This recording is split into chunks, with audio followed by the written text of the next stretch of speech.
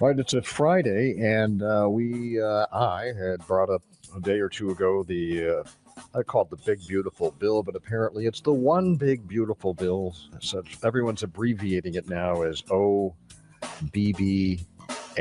OBBB.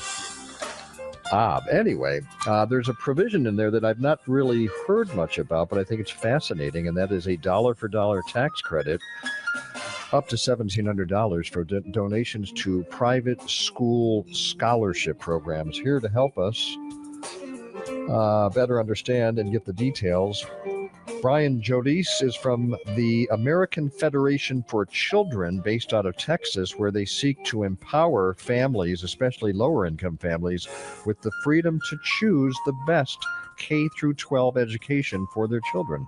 And Brian's on the line with us right now. Good morning, Brian. Hey, Ron. Good morning. Good to be with you. Hey, is it Jodice or Jodice? How do you say that last name? Yeah, you had it right on the second run, Jodice. Perfect. Jodice. All right. Well, thanks for joining us. So is this a big deal? I mean, you've been advocating for school choice, your organization. You see that this portion of the Big Beautiful Bill, $1,700 tax credit, is that a big deal? I think it's one big, beautiful deal, my friend, and it really is an incredible moment in time. I mean, this is something that we've seen bubble up across states in America, where school choice programs and this idea of educational freedom and allowing tax dollars to follow your child to the school that best meets their needs has gained a lot of momentum. And to see something like this happen really on the national stage, to be included in this one big, beautiful bill, it really is a historic moment in time. And we can talk a lot more about the details, but to your point, it is something worth celebrating. There's more work to be done to ensure we can get this to as many families as possible that want it, but it really is an incredible moment in time, not just for the school choice movement, but really for parents, families, and student-centered funding in America.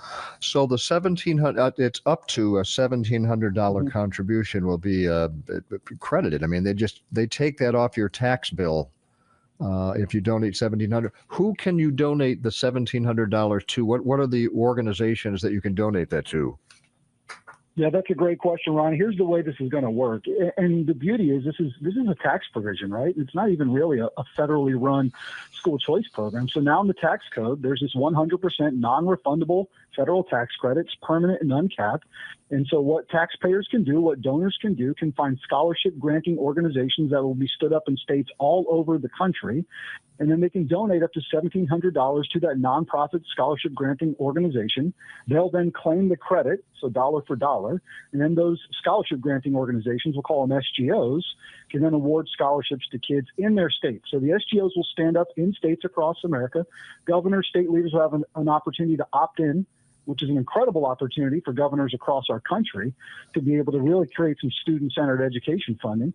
So then, starting in 2027, individuals can be looking at, I think I'd like to make this donation dollar for dollar, get a tax credit. So it's worth having conversations with, your financial advisor, your accountant about what that can look like, and then find an SGO in the state where you want to support students and get to donating, and then we can get to scholarship granting, which is really a really incredible way and kind of a revolutionary way. We've seen this in states. States have tax credit programs. States like Florida has the largest one. States have voucher programs. My home state, where I actually live in North Carolina, has a robust voucher program helping nearly 100,000 kids. We have these educational savings accounts. So all these different sort of makes and models of school choice, but we've never seen anything like this on the national level. So to simplify this, to illustrate it, let me know if this is correct. If you had a tax liability, $5,000, you owe the federal government $5,000. You're going to sit down and write them a check, $5,000 out of your bank account. But you decide to give $1,700 to a local scholarship granting organization. Now you only owe the federal government $3,300. You're still spending $5,000, but $1,700 goes to the scholarship organization. Would that be a simple, accurate illustration? Yep.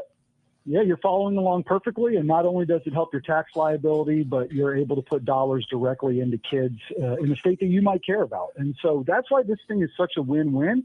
And another beautiful part is not a single dollar of the federal government is allocated towards this, and not a single dollar of a state budget is allocated towards this. So that's where governors and state leaders have a real opportunity to say, well, we can create and we can bring in essentially free dollars into our state to be able to go directly towards kids in our state. It doesn't cost us anything out of the state budget. It doesn't send a dollar one red cent of federal government dollars into the state. So that's why when you look at it from that standpoint, and the simplicity in the way in which you looked at it is perfect.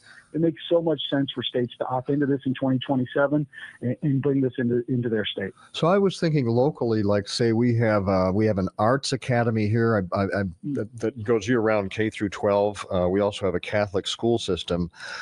If they had scholarship granting organizations, let's say if just 1,000 people a year gave the max $1,700, that's like $1.7 million of new scholarship money.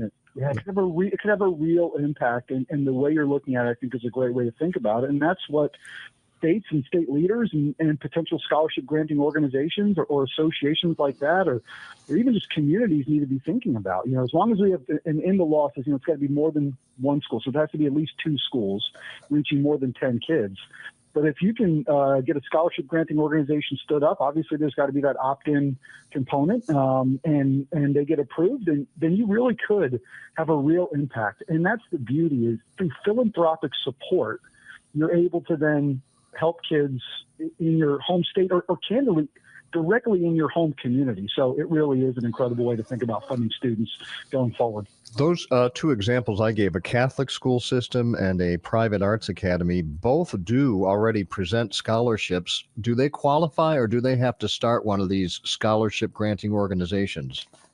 Yeah, they'd have to have an SGO, scholarship granting organization, to be able to then be a part of this program. Okay. But again, that's as simple as, it takes paperwork, right? But as simple as having a separate 501c3 nonprofit that'd be approved in the state, and then you'd be ready to roll to help kids. So when this gets off the ground in 2027, you said? Mm-hmm. That's right. Yep. Takes effect in 2027. So it gives folks some time to plan and prepare, and SGO's time. And what's really important is, obviously, this passed in the One Big Beautiful Bill Act. Next step is that it'll go through, this is run through the Treasury Department. So the Treasury will set rules here for the program, and then SGOs can start working from there. So when you donate to an SGO, can you earmark that for a particular school, or is it just an organization that grants scholarship money to parents?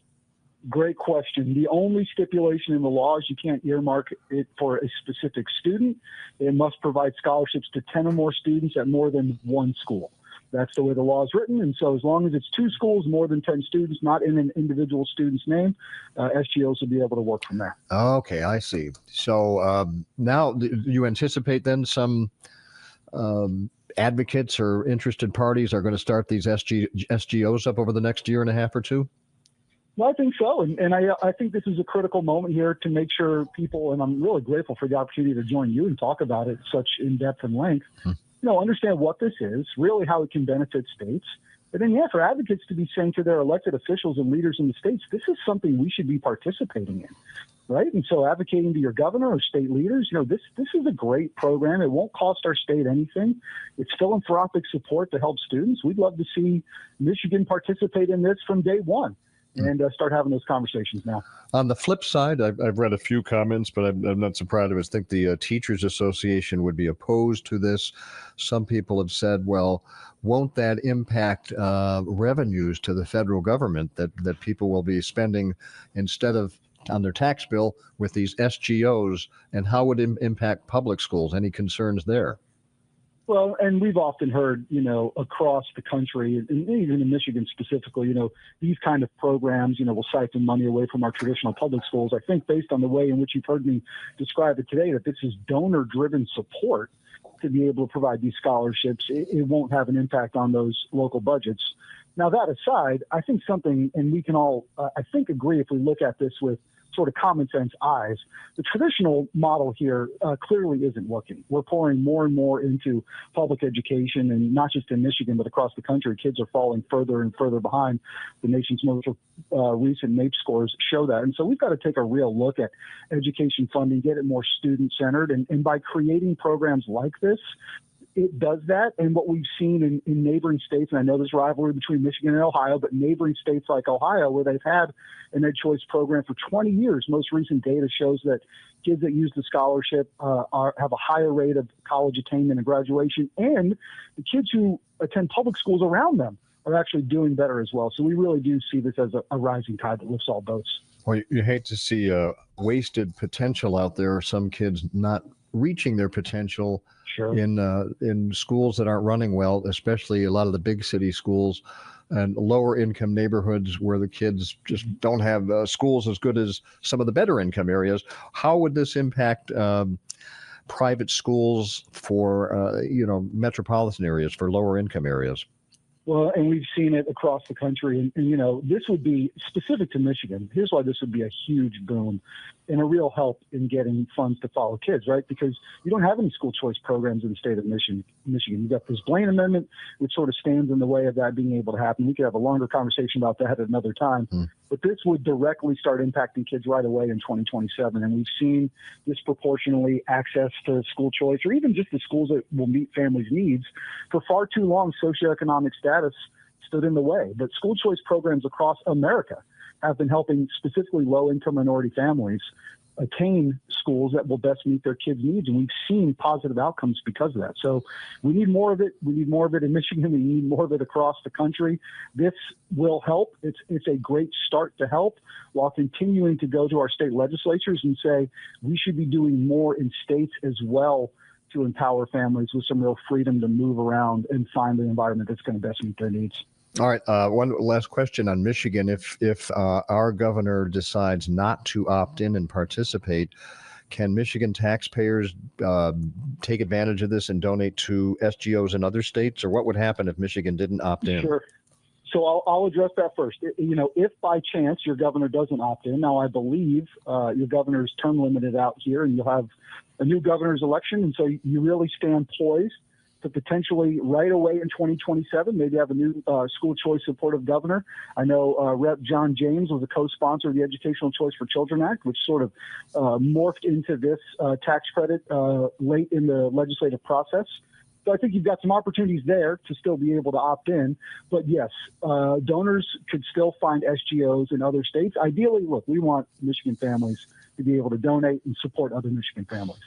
But there will be opportunities to still be able to participate in tax credit if the state doesn't opt in. But a lot of work to be done to ensure that every state does opt in. And we're optimistic that even in Michigan, we can find a pathway to get this program there for sure. All right. It's passed. It's part of the One Big Beautiful Bill. What do you call this particular provision then? Is there a name for this? Sure. We're calling it the Federal Scholarship Tax Credit. It didn't end up with a name. And if you remember, in advocacy for the last year or so, we've been calling this the Educational Choice for Children Act, which was the original legislation.